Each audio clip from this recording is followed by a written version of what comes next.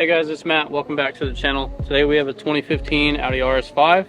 We just buttoned up doing some maintenance on it, and then while we're at it, we did a full catback system exhaust available from AWE. That is purchasable in two sections for this platform, so you'll have to get a front and a rear.